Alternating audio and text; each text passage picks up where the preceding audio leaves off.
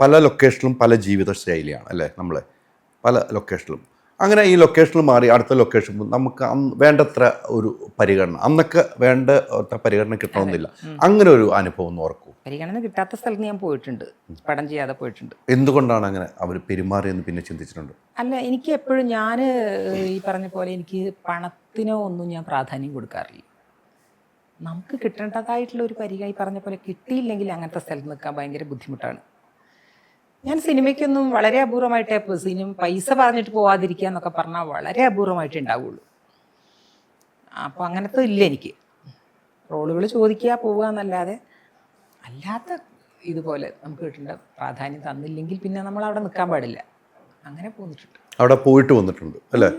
അവിടെ പോയിട്ട് വന്നു കഴിയുമ്പോൾ അതിനകത്ത് വേറെ പ്രധാനപ്പെട്ട കാരണം നമ്മളെ ക്യാരക്ടറാണല്ലോ അവിടെ ചെയ്യേണ്ടത്. അതെ. അപ്പം നമുക്ക് ആ പരിഗണന തരേണ്ട ബാധ്യത അവരാണ്, എന്നാലും നമുക്ക് നിൽക്കാൻ പറ്റുള്ളൂ. അത് സത്യമാണ്. പക്ഷെ നമ്മൾ ഇട്ടിട്ട് വരുമ്പം അവർ പ്രതിസന്ധിയിലാവും. ആയി. പക്ഷെ ആ ഡയറക്ടറുടെ സിനിമ പിന്നെ ഒരിക്കലും എന്നെ വിളിച്ചിട്ടില്ല.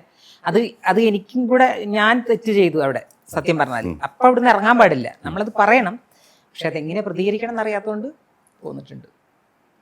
വിനയേട്ടൻ്റെ ലൊക്കേഷനിലായിരുന്നു അത് പോന്നിട്ടുള്ളത്. ഞാൻ പോകുന്നത് ഇപ്പോഴൊന്നല്ല, കുറേ വർഷം മുമ്പത്തെ കാര്യമാണ് പറയുന്നത്. അത് ഏത് സിനിമയാണ്? ദിവ്യാവണ്ണി നായികയായിട്ട് അഭിനയിച്ച. മനസ്സിലായി. അത് ആരുടെയും കുറ്റമല്ല സത്യത്തിൽ അവിടെ ഉണ്ടായത്. ഡയറക്ടർ അറിയുന്നില്ലായിരിക്കും. ഡയറക്ടർ അറിഞ്ഞില്ല, അതാണ് എൻ്റെ സത്യം. ഡയറക്ടർ അറിയുന്നില്ല, വിനയൻ സാർ അറിഞ്ഞിട്ടില്ല. ചെറിയ കുട്ടിയാണ് മോൻ, ചെറിയ ആള്, കുഞ്ഞി കുട്ടിയാണ്. അപ്പോൾ അവിടെ ചെന്നപ്പോൾ ഭയങ്കര തിരക്കാണ്. ഭയങ്കര തിരക്ക് പറഞ്ഞാൽ അവിടെ ഇരിക്കാൻ പോലും പറ്റുന്നില്ല. അപ്പോൾ റൂമില്ല, റൂമായിട്ടില്ല. നമ്മളൊരു ആർട്ടിസ്റ്റ് വരുന്ന സമയത്ത് അവർക്ക് അറിയില്ലേ റൂം ഇടണം, റൂമിൽ പോകണം എന്നുള്ളത്. വൈകുന്നേരം റൂമാവുള്ളൂ എന്ന് പറഞ്ഞു. അപ്പോൾ എനിക്കത് ഭയങ്കര സങ്കടം, എന്താ അങ്ങനെ ചെയ്തതെന്ന്. അപ്പം തന്നെ ഞാൻ ആരോടും പറഞ്ഞില്ല. ഞാനപ്പോൾ ഒന്നും സംസാരിക്കാൻ നിന്നില്ല. ഞാൻ നേരെ അന്ന് ഷൂട്ട് ഉണ്ടായിരുന്നോ? ഷൂട്ടിങ് അപ്പുറത്ത് നടക്കുക. നമ്മൾ അന്നത്തെ ദിവസം എത്തിയിരിക്കുന്നു. പിന്നെ എൻ്റെ ആ സീൻ കഴിഞ്ഞ എൻ്റെ സീനാണ്, അടുത്ത സീനാണ് എൻ്റെത്. അപ്പം അങ്ങനെയൊക്കെ നിൽക്കുമ്പോൾ റൂം ഇടണമല്ലോ, ഇത് ഇവരുടെ കുഴപ്പമാണ്. അപ്പോൾ എന്തുകൊണ്ടാണ് അവർക്ക് സംഭവിച്ചു എന്നും അറിയില്ല. ഇപ്പോഴാണെങ്കിൽ ഞാൻ അങ്ങനെ ചെയ്യില്ല കേട്ടോ. അപ്പം നമുക്ക് അതിനേക്കാളൊക്കെ എത്ര പക്വത വന്ന് നമുക്കറിയാം ഷൂട്ടിങ് എന്താണെന്നും എല്ലാം നമുക്കിപ്പോൾ അറിയാം. അന്ന് എനിക്ക് അത്ര സീരിയസ് ആയിട്ട് ഞാൻ എടുത്തിട്ടില്ല.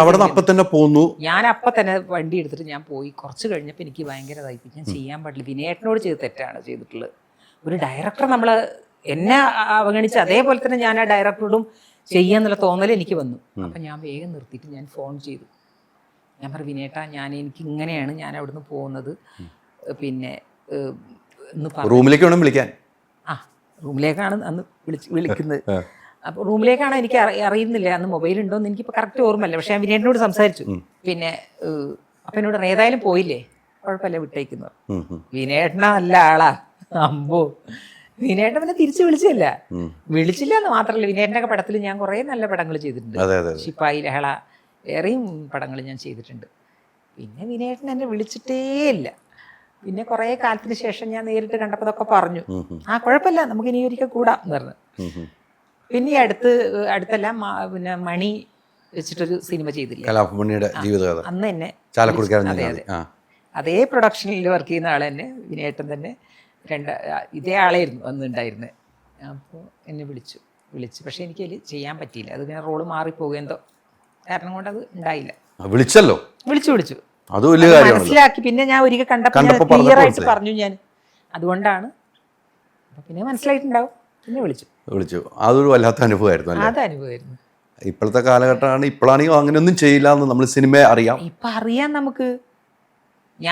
അങ്ങനെ ഉണ്ടാവില്ല. നമുക്ക് ആദ്യം തന്നെ നമുക്കത് തിരിച്ചറിയുന്ന എപ്പോഴാച്ചാല്, ഒരു സീരിയൽ ഞാൻ പ്രൊഡ്യൂസ് ചെയ്തു, ആത്മ എന്ന് പറഞ്ഞിട്ട്. PF മാത്യൂസ് ആയിരുന്നു പിന്നെ എഴുതിയത്. ഡയറക്ടർ മോഹൻ കുപ്ലേരി.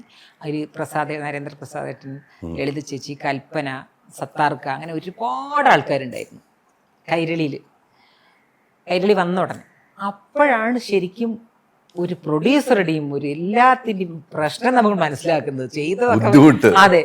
അതിനുശേഷം ഒന്നിനും പരാതി പറയാത്തുള്ള സാധനം എനിക്ക് ഉണ്ടായിട്ടില്ല കേട്ടോ. ഞാൻ വളരെ മാറിപ്പോയി അതിന് ശേഷം.